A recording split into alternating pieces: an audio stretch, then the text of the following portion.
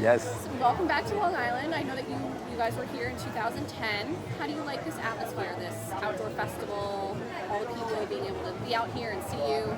Oh, I love it. My Rock and Roll Hall of Fans. I love it. I could do this all day, every day, and which I have been doing. I was going to say, your band has been lucky enough. Most people are lucky if they make it 5 years, 15 years. This is 50 years for you guys. Yeah, over 50 years. Well, our music is there's so many different genres within our music. I call it our universal street music. So, and that's one of the reasons why we never won any awards, because there's no category for our music and no one knows where to label us. So, but that's a good thing because we're still working. And we play all genres of shows, not just one, see? Well, that's the interesting thing about you guys, because you do have so many different influences coming in. It's really more a feeling. Your fans have like a feel, it's a vibe. Yeah, it is. That's what it's all about. It's all about a vibe, and a good vibe, a good feeling, a spiritual moment. We're troubadours. There's a lot of messages in our music that we make people aware of what their surroundings are. We're not political, Right. but we have fun with our music, and we try to pretty much express that to the people, and they give it back. We're just a reflection of each other, Right. because it's the fans that actually wrote our songs. They wrote it. We just picked up a pencil.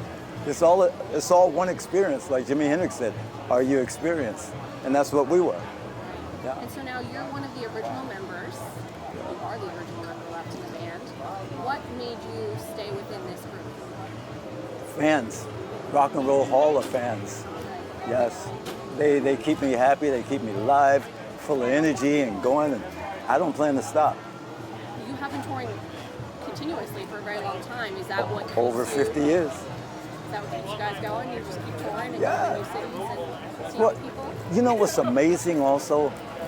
That's also helped me to stay in this whole life form that I'm doing, is the fact that I remember the kids back in the, I would say late 60s, who grew up, followed us over time, and then I had the chance to see them with their kids. Oh, wow. Then I saw them, and then they grew up, and now I see them with their kids.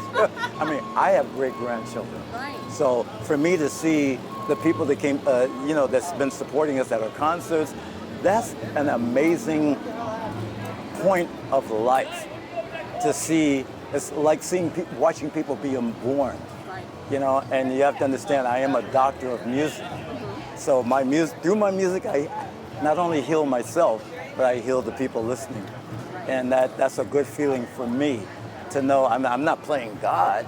God gave me a gift to share with people, so. Yeah, and it's truly amazing that you have had the longevity that your fans are rooted to you.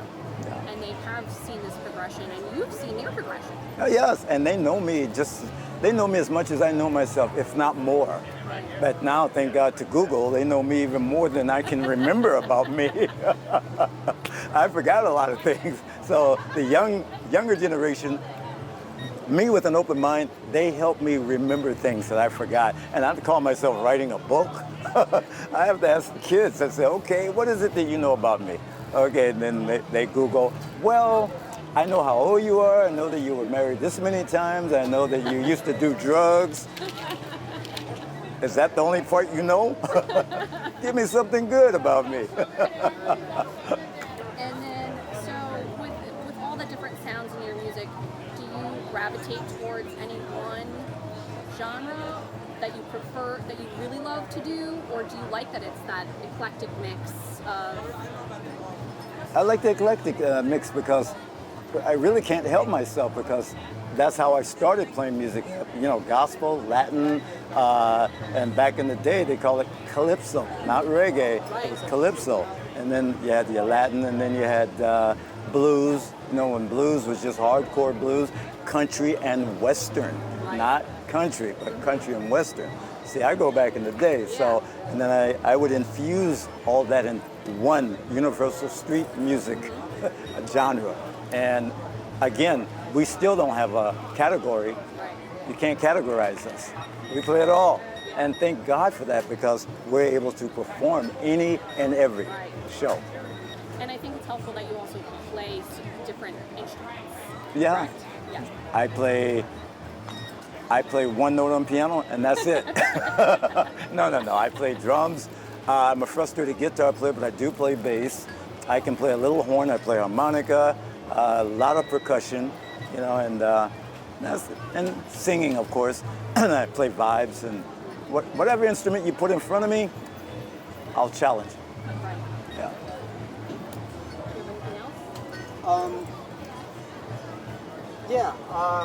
So when she was talking about, the different styles of music, how did you originally decide that we're going to incorporate Afro, Cuban, jazz, rock, blues, all these different styles into this one band and create this, this music that it's very cohesive, but it's so many different styles together when we first started? We didn't know. We are versions of music. We had no clue. We didn't even know what what a tape machine was. We would go in the studio and just start playing from experience from the streets. Like I said, it's the people that really gave us that, the form of writing our music. And growing up in Compton, Watts, Harbor City, Long Beach, all that, you got to understand that was a melting pot. Universal, we're talking Creoles, we're talking Hawaiians, Mexicans, and a lot of Latino, a lot of Italians. So everybody that lived in Compton, believe it or not, that little small area was all from different parts of the world. A lot of people don't know that, but we're talking about the 50s and 60s.